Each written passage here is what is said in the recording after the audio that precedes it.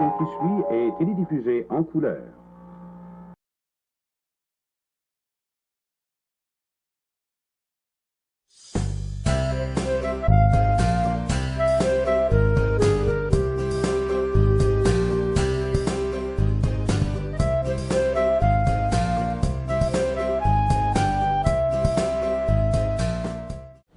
Depuis le temps que je le vois à la télévision, identifié comme le fan numéro 1 de TVA, je me suis dit que Zone Culture aurait intérêt à mieux le connaître. Normand Daoust, bonjour. Bonjour. Alors, c'est bien vrai, vous êtes le fan numéro 1 Oui. de TVA. Oui. Comment c'est arrivé? Ben, c'est mon plus beau titre que j'ai eu à vie. À vie? À vie. C'est lors des 50 ans de TVA. TVA avait lancé un appel à tous. En quelle année? En 2011. En 2011, TVA a eu 50 ans.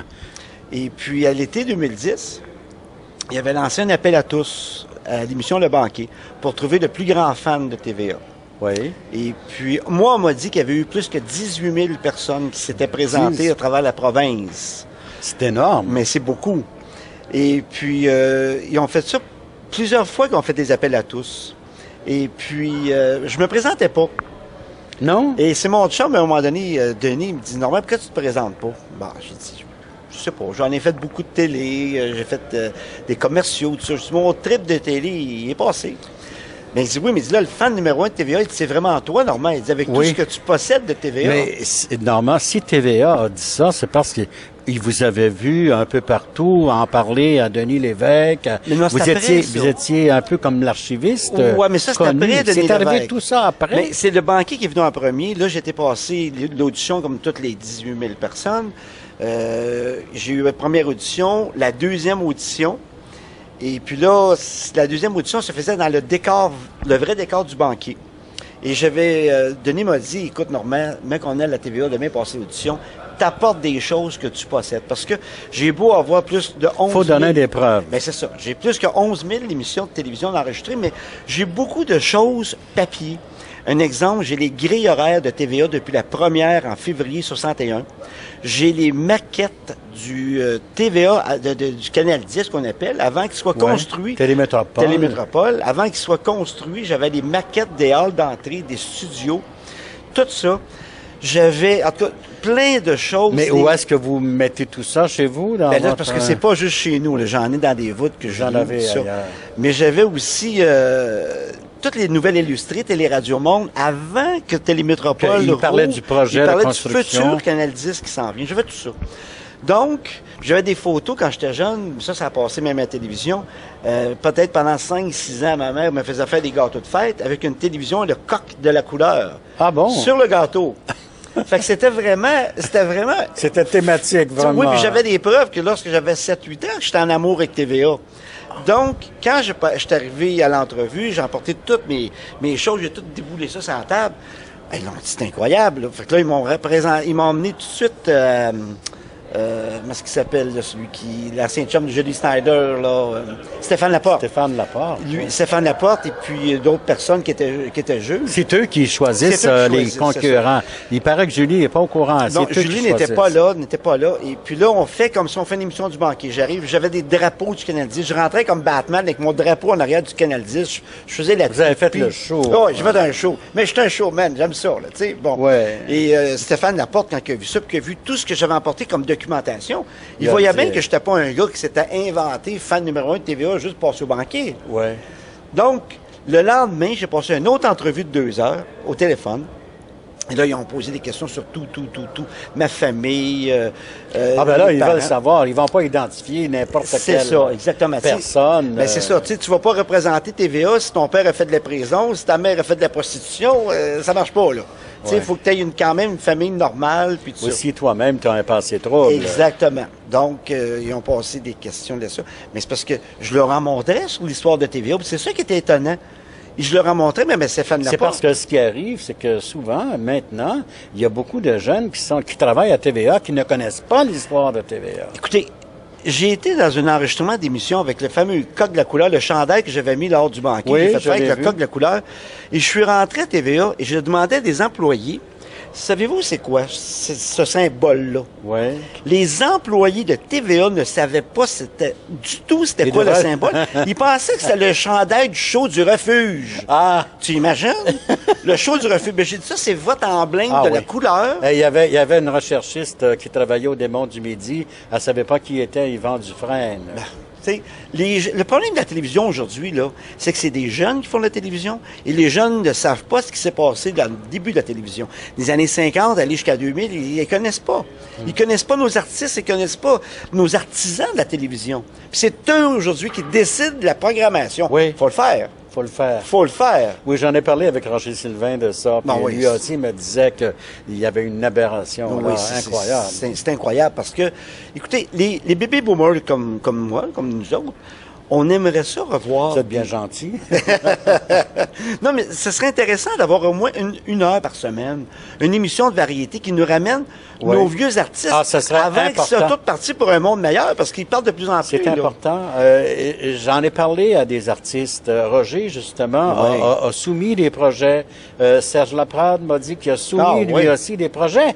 Ils ne veulent pas. Les diffuseurs actuels ne veulent pas. Ils ne veulent pas. Mais l'après-midi, là, il y a des personnes âgées dans les salons, dans les centres d'accueil, qui ne font rien, qui aimeraient revoir Pierrette Beauchamp, Michel Stax, Sylvie Jasmin. Mais ça fait longtemps ils que je le dis, ne les voient pas. C'est exactement. Mais ils pourraient même avoir des commanditaires de Polydent puis de Deep Ends. De toutes ces... Ils les ont pareil, les commanditaires. J'en ai chez nous, j'ai tout ça chez nous. Ils les ont quand même, les commanditaires, et ils ne veulent pas s'intéresser au passé. Et je trouve que c'est très dommage. Mais c'est ça, c'est dommage. Donc, j'en ai parlé souvent. J'ai rencontré à quelques occasions, après le banquier, j'ai rencontré le président de TVA, m'a convoqué à 3 reprises à son bureau, Pierre Dion. J'ai rencontré... Et puis, pour soumettre ce projet-là? Non. C'était pour... Il voulait me parler, il voulait savoir effectivement pourquoi j'étais si en amour avec TVA. Ouais. Peut-être vous êtes plus en amour avec TVA que lui-même peut l'être. Je pense que oui. Je pense que oui. Je n'ai rien dit contre ces gens-là, en fait, lui, les HCC, c'est des businessmen, c'est des comptables. Lui, il est payé pour faire un job. Ils alignent des colonnes de chiffres. Il faut que ce soit conforme aux attentes des actionnaires. Lui, il est payé pour faire un job, tandis que moi, je suis pas payé pour les aimer. Oui, justement. C'est ça. C'est un amour qui n'est pas forcé. Inconditionnel. C'est naturel. Puis après, j'ai fait Denis Lévesque, j'ai fait Salut Bonjour. Mais moi, j'avais l'impression que vous étiez connu bien avant 2011. Il me semble que je vous voyais sur Facebook. C'est parce que j'ai fait beaucoup d'entrevues. Vous étiez connu, vous demandiez, j'ai vu une annonce, entre autres, une vieille télévision console des années 70. Vous avez recherché ça publiquement pour vos archives. À cause de ma collection de télévision, de mes 11 000 émissions, depuis 1952, parce que ma force de ma collection, c'est les années 50, 60, 70, 80. Oui. Ça, c'est vraiment ma force, c'est ce que j'ai le plus d'émissions de conserver. Aujourd'hui, tout le monde conserve, fait que c'est un petit peu moins grave. Mais à cause de ça, j'ai eu beaucoup d'entrevues dans tous les magazines, le 7 jours, la semaine, le Journal de Montréal, j'ai tout passé. Oui. Radio-Canada sont venus faire une entrevue chez moi dans l'émission Média. À propos de TVA? Non, j'étais pas fan numéro 1 à l'époque. Ah. C'était en 2000. Ah, c'était comme collectionneur? C'était comme collectionneur, puis comme archiviste, parce que tous les gens disent que j'ai le patrimoine du Québec entre les mains, puis effectivement, j'ai tout. Bon, là, vous m'avez dit au téléphone dans une pré-entrevue que à l'époque de Symphorien, vous alliez manger avec Gilles Latulippe. Oui. Vous connaissiez tous les artistes à cette époque? C'est que j'ai travaillé à TVA pour gagner mes études lorsque j'étais jeune. J'ai travaillé là au service du courrier. À la TVA. Pour ça, j'ai monté au département du film, mais c'était juste pour gagner mes études. Et d'ailleurs, au banquier, il savait sur cette histoire-là. C'est ça. J'ai fait plusieurs émissions, j'ai fait des commerciaux après. Après ça, ils ont sorti des extraits du banquier. Lorsque je disais, il y en a qui viennent au monde, aux hommes, aux femmes, aux 2. Moi, je suis pas aux 2, je suis aux 10.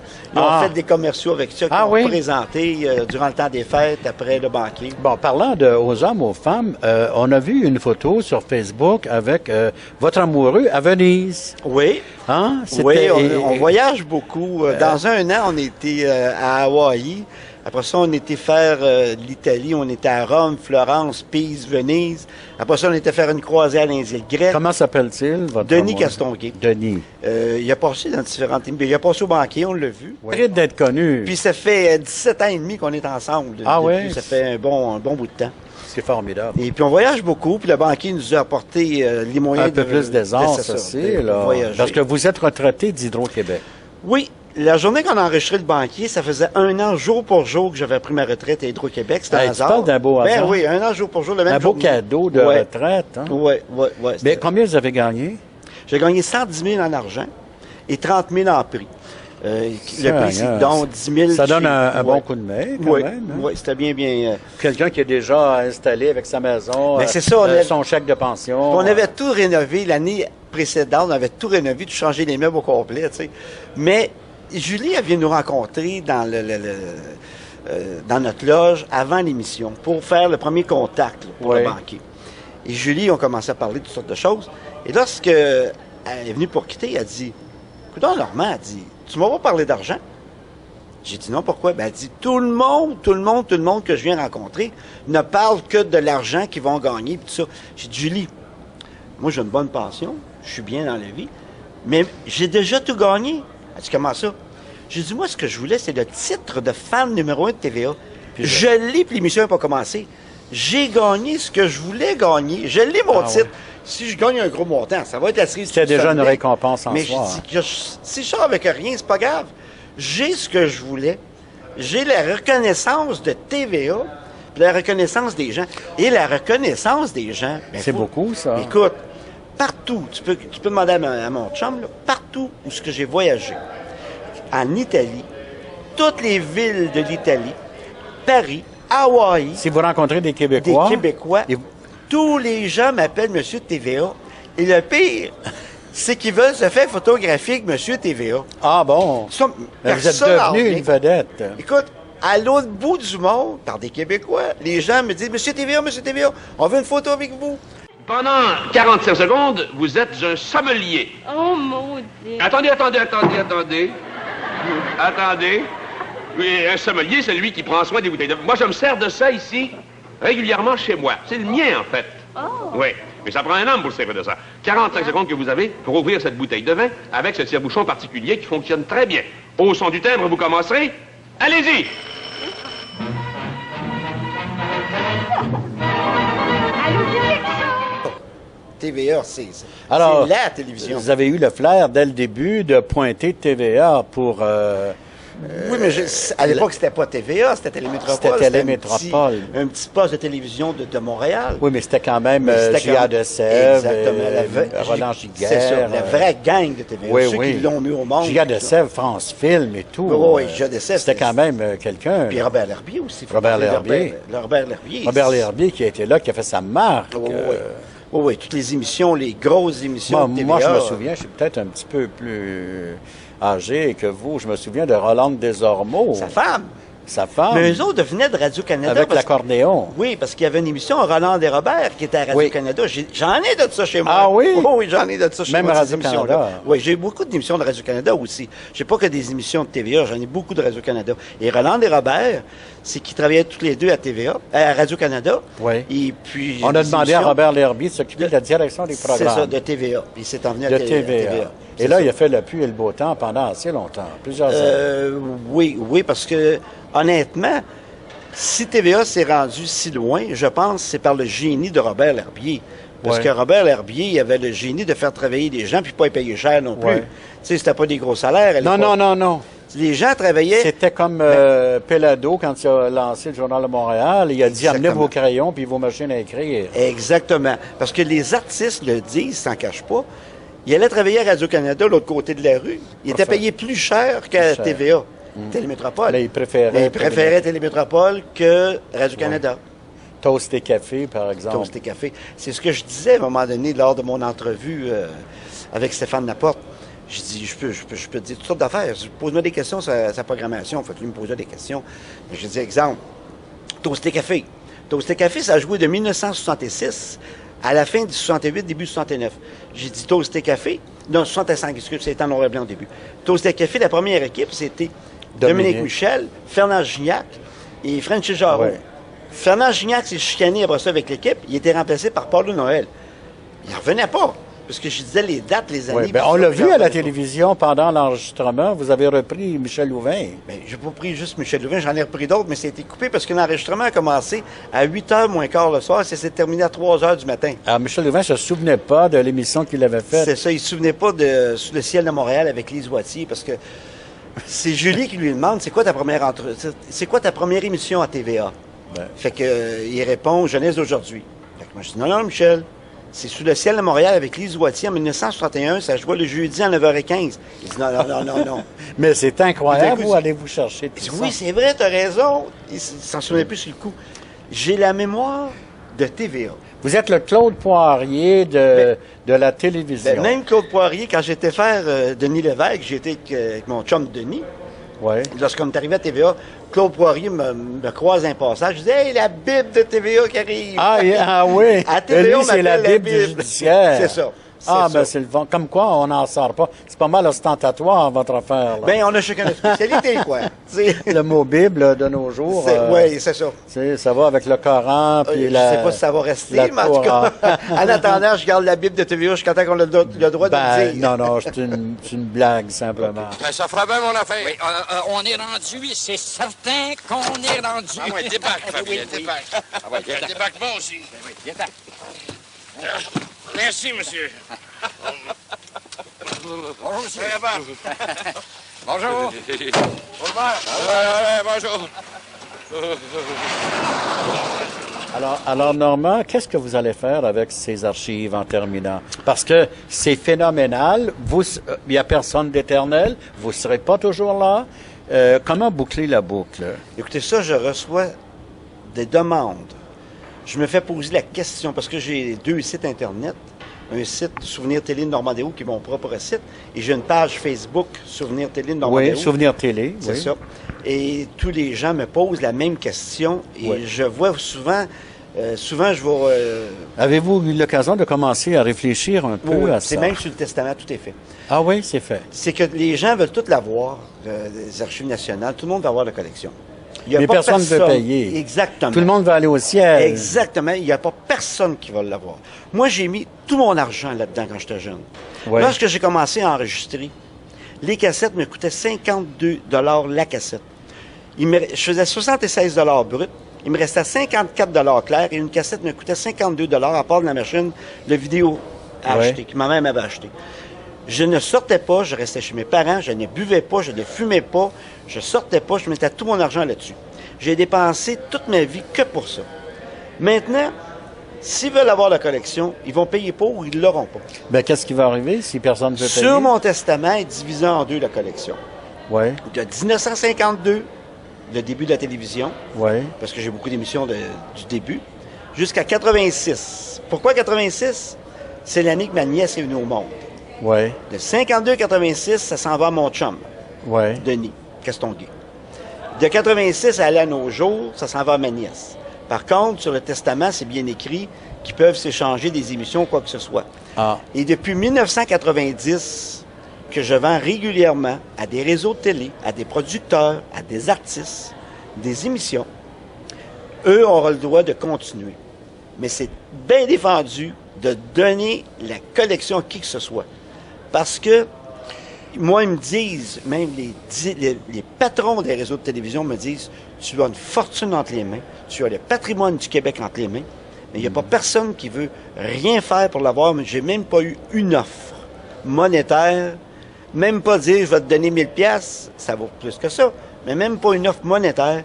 Donc, ils ne l'auront pas de mon vivant, puis ils ne l'auront pas de ma mort. parce qu'on pense à le ministère de la Culture C'est du ça. Québec, les archives nationales à Ottawa aussi. Exactement. Écoutez, j'ai des émissions du début. Même TVA a envoyé des gens chez moi après le banquier. A envoyé l'assistante à la programmation, l'assistante de France Lausière qui s'appelle Madame Castonguay, justement, le même nom que mon chum. Ben oui. Et un technicien de TVA pour venir voir la qualité des images. Et la dame Castonguay en question et le technicien ont dit, écoutez, on revoit des choses chez toi que jamais on n'aurait pensé revoir, premièrement, qu'on pensait que ça n'existait plus. Et la qualité d'image, c'est comme si c'était passé hier à télévision. Ah oui? On s'entend que c'est pas du HD, là. Oui, mais il y a quand même... C'est comme si c'était passé hier. La restauration est possible aussi. Exactement, mais c'est beau comme hier. Et la dame, quand elle est partie, elle dit, j'ai passé tellement un bel après-midi, faut que je t'embrasse, Normand. Elle était tellement heureuse d'avoir revu ça. Elle dit, faut que je t'embrasse. Là, j'espère qu'elle va faire un bon rapport à TVA. Bien, TVA ont voulu l'acheter, la collection. Oui. C'est pour ça que Pierre Dion m'a fait demander à son bureau. Ça a duré 18 mois, les négociations. Puis ils ont fini par laisser tomber. Ils ont fini par laisser tomber parce que ça a l'air que les actionnaires n'ont pas voulu, mais ils n'ont jamais fait d'offre. Fait qu'on s'est jamais entendu sur un prix. Je ne peux pas dire que je demandais plus puis qu'on s'est pas entendu. Ils n'ont jamais fait d'offre. Vous avez donné un prix. Vous avez dit ça coûte tant. Non, même pas. Pas du tout. J'ai même pas dit ça vaut tant, ça vaut tant. Ils m'ont dit... Mais s'il n'y a jamais été question d'argent, pourquoi avoir négocié avec les actionnaires? Qu'est-ce que vous voulez que je vous dise? Non, mais c'est une question que je me pose à moi. Personne n'aura la réponse. La journée que j'ai été à TVA pour me faire dire non, avant de me faire dire non, je leur ai dit, c'est quoi pour vous autres des archives? Oui. C'est quoi pour vous autres? Ça signifie quoi, une archive?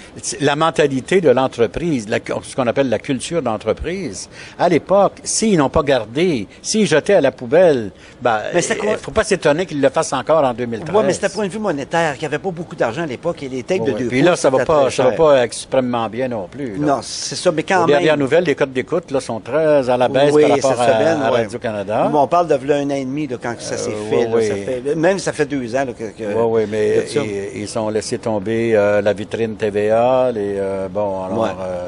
Ils font des ajustements parce que... Mais par contre, j'ai des émissions que...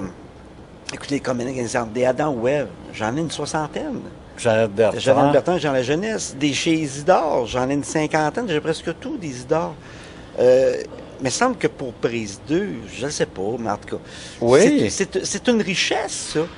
Puis là, je peux vous en nommer de même longtemps. C'est une richesse. J'ai des choses que je mets Mais ça vaut une fortune. Exactement. Mais je n'aurais pas demandé des milliards pour ça, là. J'aurais demandé un prix qui satisfait TVA et qui me satisfait, puis qui me fait faire, mes dernières années de ma vie, qui me fait faire passer une très belle vie. Mais c'est un peu la mentalité du Québec. En terminant, juste faire une analogie avec le photographe Roland de Québec, qui a une collection extraordinaire. Et puis le ministère de la Culture, enfin beaucoup d'organismes, des bibliothèques sont intéressés, mais personne ne veut payer. C'est ça. Ils n'ont jamais d'argent. Ils n'ont jamais d'argent. On n'a pas d'argent pour ça, on n'a pas de budget pour ça. C'est intéressant, mais c'est pas tout le monde qui fait comme Dodo, qui dit « je vous donne toutes les boîtes, venez chercher ». C'est ça. Puis même, il n'y avait pas grand-chose, ça a de l'air point de vue vidéo, Dodo. Tout papier, là, des photos. Il n'y avait pas grand-chose point de vue vidéo. Des magazines. Tandis que j'en ai beaucoup de choses sur Dominique Michel. Mais vidéo, quand même, c'est là qu'est la richesse. C'est ça, parce que tu peux leur passer. Tu peux leur passer à la télévision, puis... ils passent des commerciaux là-dedans, donc ça leur apporte encore.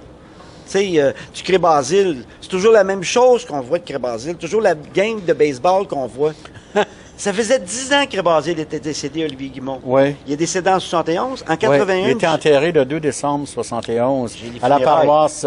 J'ai les funérailles chez nous. Vous m'avez dessus, j'étais là aux funérailles à la paroisse Saint-Alphonse-Diouville. C'était pas loin de chez moi à l'époque. Je me souviens, les gens avaient applaudi. Il y avait du monde. Denis dit, sacré Olivier, il dit, tu auras fait courir les foules jusqu'à la dernière minute. Ah oui, il y avait du monde, c'était épouvantable. L'église était pleine, puis dehors. Mais j'en ai mis un extrait sur YouTube, il y a quelques mois, là, tout ça. Oui. Les gens m'écrivent, je t'ai pris ça. J'ai ça. J'ai funérailles de J.A. de Sèvres. Ah oui? J'ai ça. Il y avait des fleurs. C'était incroyable le nombre de fleurs qu'il y avait. Ça venait de partout. C'était incroyable. Alors, pour cette richesse, Normand Daou, continuez votre beau travail. Je pense qu'il n'y a pas d'autre chose à souhaiter. Vous êtes sur une bonne lancée et c'est pas fini. J'espère que c'est pas fini. Comme dirait Jean Raffat. J'espère. J'imagine que vous l'avez sur bobine, celui-là aussi. J'ai du Raffat sur pas bobine. Fini. Oui, j'en ai. Il l'a dit. Mais j'ai l'impression que ça va s'arrêter là parce que le titre de fan numéro 1, je l'ai à vie. Je l'ai à vie, c'est sûr. Mais il n'y a plus rien d'autre qui se passe autour de ça. Là. OK, des entrevues ici et là, dans les journaux, ces choses-là. Mais ça reste On ne sait jamais. Merci beaucoup. Ça m'a fait plaisir.